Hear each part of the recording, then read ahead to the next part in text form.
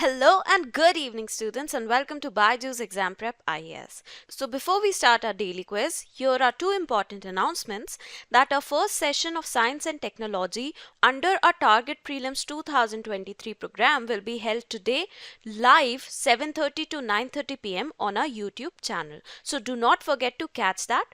And apart from that, we also have our All India Prelims 2023 Open Mock, which will be held on 7th May from 9:30 a.m. So do not forget to register yourself for the same. The link for registration is available in the video description. Here is our first question. Which of the following statements are true? The exchange rates in India are determined by the Reserve Bank of India. Currency devaluation can be done only by the government, while currency depreciation is a result of market forces. We have taken this question because yesterday the Central Board of Indirect Taxes and Customs, they released its fortnightly list of the exchange rates of Indian currency with the different currencies. So currently the Central Board of Indirect Taxes and Customs, they manually notify the exchange rates of 22 currencies every fortnight, that is on the first and the third Thursday of a month. This is based on the rates obtained from the State Bank of India. So exchange rates in India, they are determined by the market forces. However, the Reserve Bank of India does step in extreme cases to manage the exchange rate of Indian currency with other currencies. An example of this is the open market operations. Now, when we talk about currency devaluation and depreciation, both are very similar concepts. Both mean that one currency is losing its value against the other. However, please note that devaluation, it can only be done by a sovereign government when the government makes monetary policy in order to reduce the currency's value. On the other hand, the depreciation, it happens as a result of supply and demand problems in a free foreign exchange market.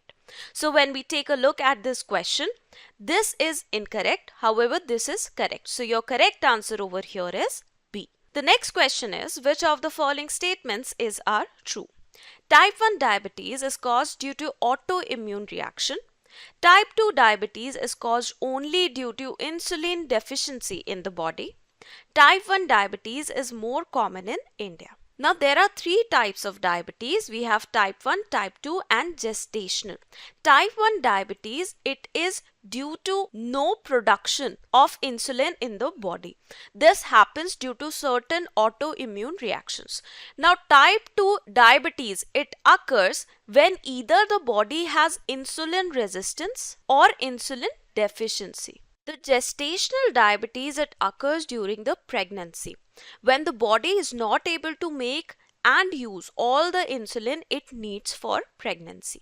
So it has been found through a study that in India, instead of insulin resistance, insulin deficiency is a major reason for type 2 diabetes. And please note that type 2 diabetes, it is more common than type 1 diabetes in India and also globally. So if we see over here, this is correct. This, however, is incorrect. It can be caused also due to insulin resistance. So insulin resistance is something that occurs when body is unable to use insulin the proper way. However, as type 2 diabetes worsens, the capacity of pancreas to produce insulin, it keeps dropping, and this can result in insulin deficiency as well. This is incorrect as well because type 2 diabetes is more common in India. So your correct answer is option A. Next is, identify the correct statements. The central government has started the Aspirational Blocks program on the lines of the Aspirational Districts program. It has also initiated the Aspirational Cities program to make Indian cities more livable. Now you know that Aspirational Districts program was launched in the year 2018 to quickly and effectively transform 112 most underdeveloped districts across the country. On the same lines, the Aspirational Blocks program has also been launched by the Government of India to develop 500 blocks from across 28 states and 4 union territories. Now in these blocks, 15 key socio-economic indicators will be monitored so that these blocks can also be developed on the same lines as the aspirational districts. Now, when we talk about aspirational cities, this is a program that has been launched not by the Government of India but by the Government of Maharashtra, in which 57 cities have been identified in order to make them more livable. Now, this aspirational cities program, it is based on 3 priority areas to determine the city's growth paradigm. That is integration of urban development that involves all development sectors, adoption of scientific data methods for assessing and monitoring outcomes of both state and central schemes, and enhancing the voice and participation of the citizens in civic affairs through physical and digital means. So if we come over here, this is a correct statement, however this is incorrect. It is not a central governmental scheme but it is by the Government of Maharashtra. So your correct answer is A. The next question is a very common type of question in the UPSC prelims. Which of the following countries do not border the Mediterranean Sea? Israel, Jordan, Syria and Tunisia. Now you know that Mediterranean Sea is used by many migrants to cross from one side to the other. Majorly the destination is the Western European countries. So Mediterranean Sea, as you can see here, it starts from Spain and Morocco and it goes on until the West Asian side. So you can see that Portugal does not border Mediterranean Sea. So that is a very important information. Over this side you can see that Syria is bordering, Israel is bordering, Lebanon is, however Jordan does not border the Mediterranean Sea. On the African side we have Morocco, Algeria, Libya, Tunisia and Egypt that border the Mediterranean Sea. So over here Israel does border it, Syria does and Tunisia does. However, Jordan does not. So B is your correct answer.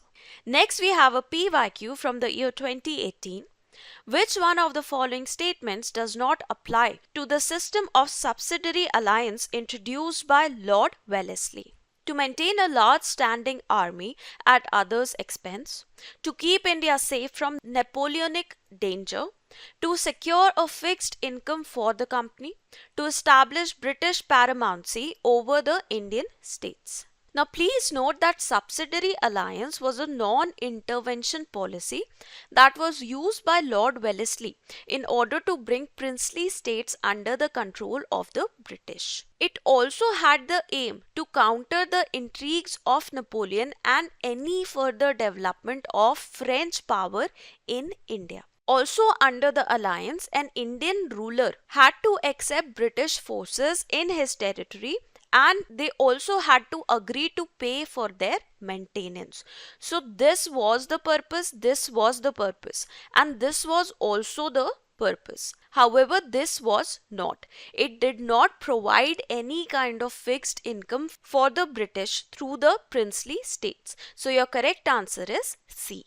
Next, we come to the fact of the day, which is on the Food Street project. This Food Street project is in process of being launched in order to develop 100 healthy and hygienic food streets across the country. The aim of the project is to encourage safe and healthy food practices amongst the food businesses and community members in order to reduce the foodborne illnesses and improve the overall health outcomes. Now, under this project, the National Health Mission, please note that the National Health Mission will provide an assistance of 1 crore rupees per food street as a pilot project to support 100 such food streets at different locations all across the country. And the condition would be that the branding of these food streets will be done as per the FSSAI standards. The NHM will route these grants in the ratio of 60:40 or 90:10, depending upon the city in which such a food street will be present. Now, the financial assistance will be provided for many activities like provision of safe drinking water, hand washing, toilet facilities, tiled flooring of common areas, appropriate solid and liquid waste disposal, provision of dustbins, using billboards, facade preparation, and signage of permanent nature, common storage space, lighting, specialized carts for specific type of trades, for branding, and so on. So this initiative will be implemented through the National Health Mission in convergence with the Ministry of Housing and Urban Affairs, and FSSAI will provide the technical support for this scheme. So that is all about today's daily quiz. I hope you were able to understand all the concepts. So do not forget to like the video, share it, and subscribe to our YouTube channel for more such updates. Thank you very much and have a very good day ahead.